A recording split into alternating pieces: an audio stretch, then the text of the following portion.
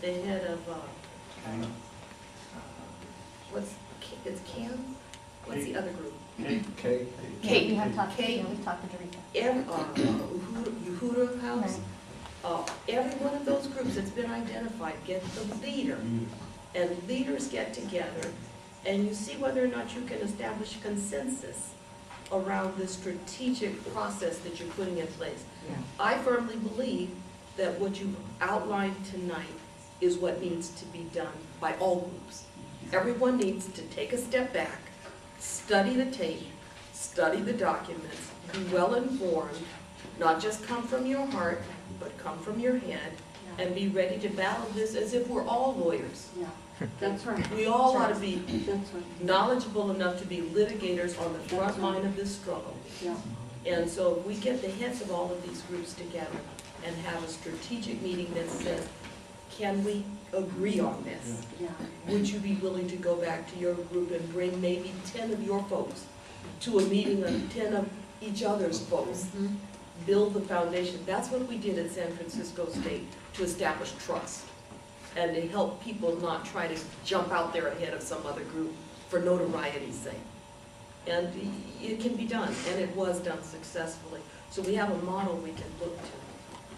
I definitely agree with that. I think that there's, I think that there, I think we need to do that, and I think we need everybody to think about where they could go, that they could get support for this. Like, the various campus student governments, the unions, I know we focus on the churches, but every institution that we can. And I agree with you. What we're hoping is, okay, this is the first, this is one of the first times we've done this, but we've got to get, an army of people that can train people how to go through this with other people they know. And I think we will definitely, we can really broaden out. We do. Yeah. I just want to say I really appreciate it. I work with the Bay Area Revolution Club, and we helped to organize this March of Stolen Lives on Friday, and I really appreciate making this, like you first said, getting this out as a household name, and people need to know about this, and they already are starting to. I mean, one of the things that was really striking for me being out there, and I think needs to be more out there, is that I think there needs to be sort of a repolarization in terms of, I agree with you that that these two cops probably are racist and brutal, but I think that we also need to give voice and a vehicle to, the suffering that people feel on a daily basis that happens from cops all over Oakland and all over the entire country. And I think that's what people recognize, and every time we go out, everyone's telling us, well, why don't you have this guy, my cousin so-and-so, and my uncle, this person got shot, And so while I do think, in the legal end, I'm sure there's a role for finding what these guys do, this is something that is, deeply systemic, and any youth will tell you that, all over the country. And so I think, part of this repolarizing is, besides just that, giving a voice to the brutality that people feel under this system, is also repolarizing things in terms of how people are fighting back. There's been a very concerted effort on behalf of the media to break things down in terms of, good protesters, bad protesters. And I think it's really our role right now. The people's anger was justified. People did a lot of things. And, it sort of needs to be a situation where, do you stand with the people who are, against this, who are resisting, or are you on the side of this violent police state?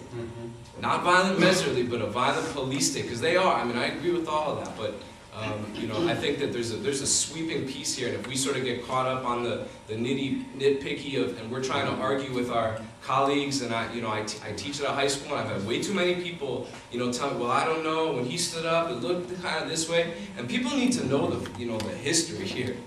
The only thing that was sort of rare about this, it was extremely brutal in an execution, but the rarest thing about it was just that it was caught on tape. That's it.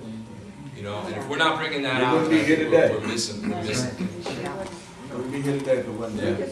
Just say two things if I can on that. Yeah, which is just to say this. You were describing a model, and what we, BAMN was founded on the defense of affirmative action. And what we were able to do was use a single case, the University of Michigan Law School case that went to the Supreme Court, to galvanize people who stood for integration, for the defense of Brown versus Board of Education. We got 50,000 young people to Washington on the day that the US Supreme Court heard the University of Michigan case. And our aim was to make clear to people that you could win, that it was possible through mass mobilization to win, and to have a kind of a clear delineation of a victory. And I agree with you on the, on what you were saying in the general. But why I'm so focused on, in part, these two cops and getting them prosecuted is because I think it is a measure of what we're capable of doing. And I think despite the, kind of new era of hope that people feel from the Obama victory, and from people feeling like, well, if we could do that impossible thing, anything could be changed, it's still important for people to feel like that you can not just protest something like this, but that you can win it. And I want to,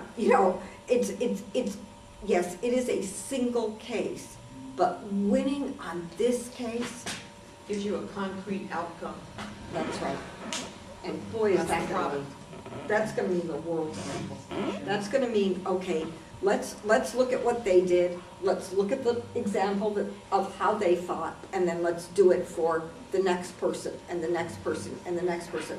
Our thing is, this may not be the last cop killing. We know that. But let's try to make it the last cop killing where somebody gets to walk when we know they're guilty. Let's do that. Let's create the, the movement and the model for how to make that happen.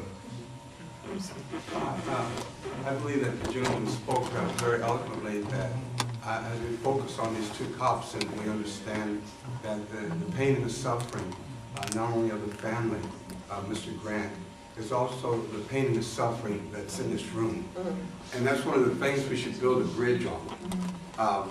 I'm still concerned that no one says, let's bring a class action suit brought by the young people in this room against the Bar Police Department for the pain and suffering that they endure every morning when they get on that public transportation to go to school and when they get up to come home. Now, you want some free press without the dignity, whether his hands are behind his back or not, or all the things we talked about legally?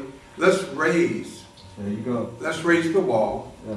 Let's have somebody at every school, every university, every place you're talking about to bring a class action suit to the federal government. See, we should be now talking to Holder and to John Conyers, not to the mayor, not to the district attorney. That's the legal people's job. I'm talking about the people in this room saying, Mr. Conyers, we need you to bring a federal investigation from Washington, D.C. to an open hearing if it's going to be at Allen Temple.